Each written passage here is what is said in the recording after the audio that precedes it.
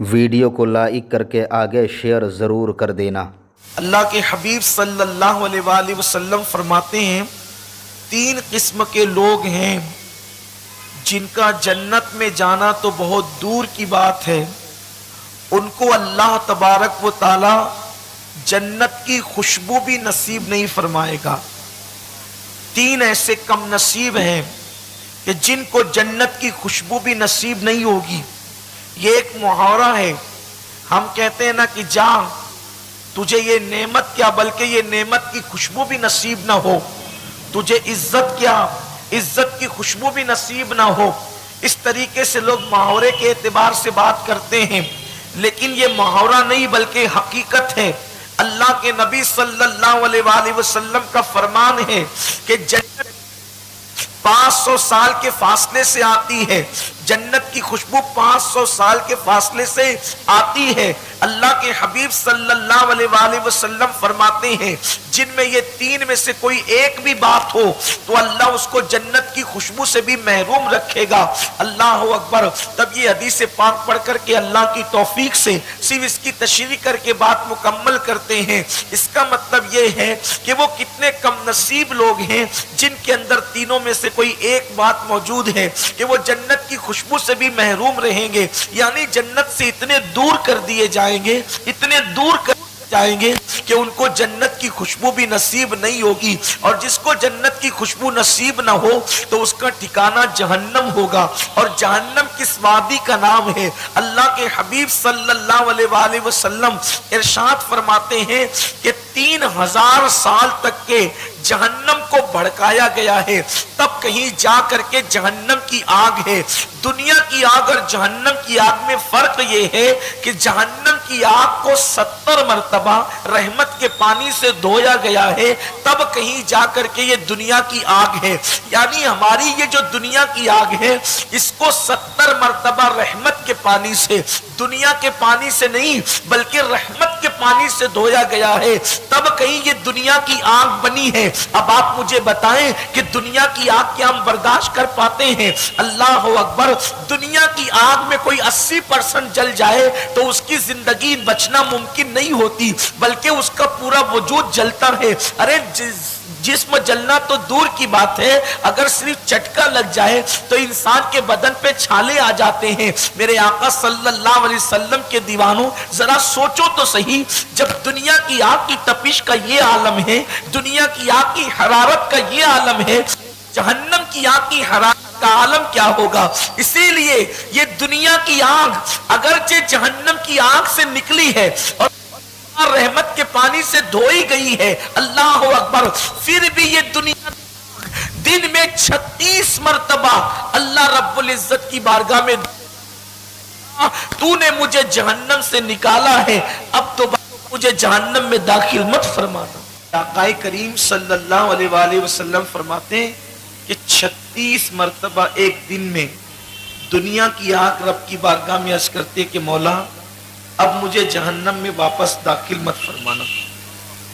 یہ جب آگ جہنم کی آگ سے پناہ مانگتی ہے، یعنی آگ کے اندر اب اتنی طاقت نہیں ہے کہ وہ جہنم کی آگ کو برداشت کر سکے، تو انسان کے جسم میں کیسی طاقت ہوگی کہ وہ جہنم کی آگ برداشت کر سکے؟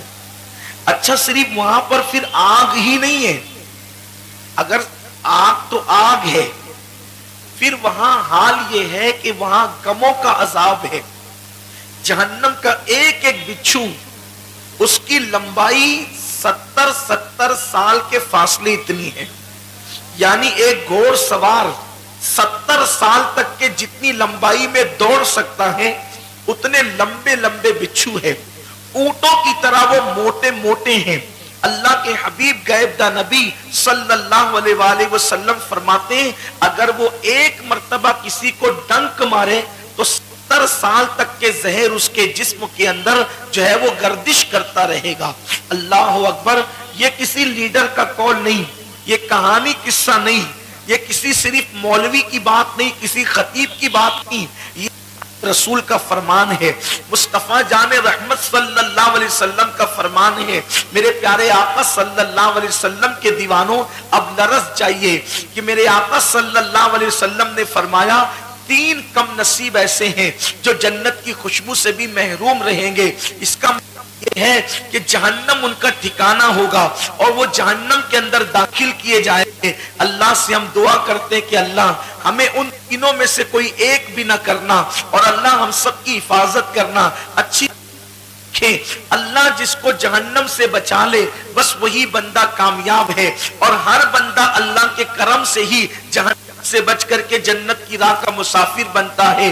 अलबत्ता इंसान को कोशिश करते रहना चाहिए, अल्लाह की बारगाह में डरते रहना चाहिए। अल्लाह के हबीब गैब दा नबी सल्लल्लाहु अलैहि वसल्लम फरमाते हैं पहला कम नसीब जो जन्नत की खुशबू से भी महरूम रखा जाएगा वो है शराब का आदी।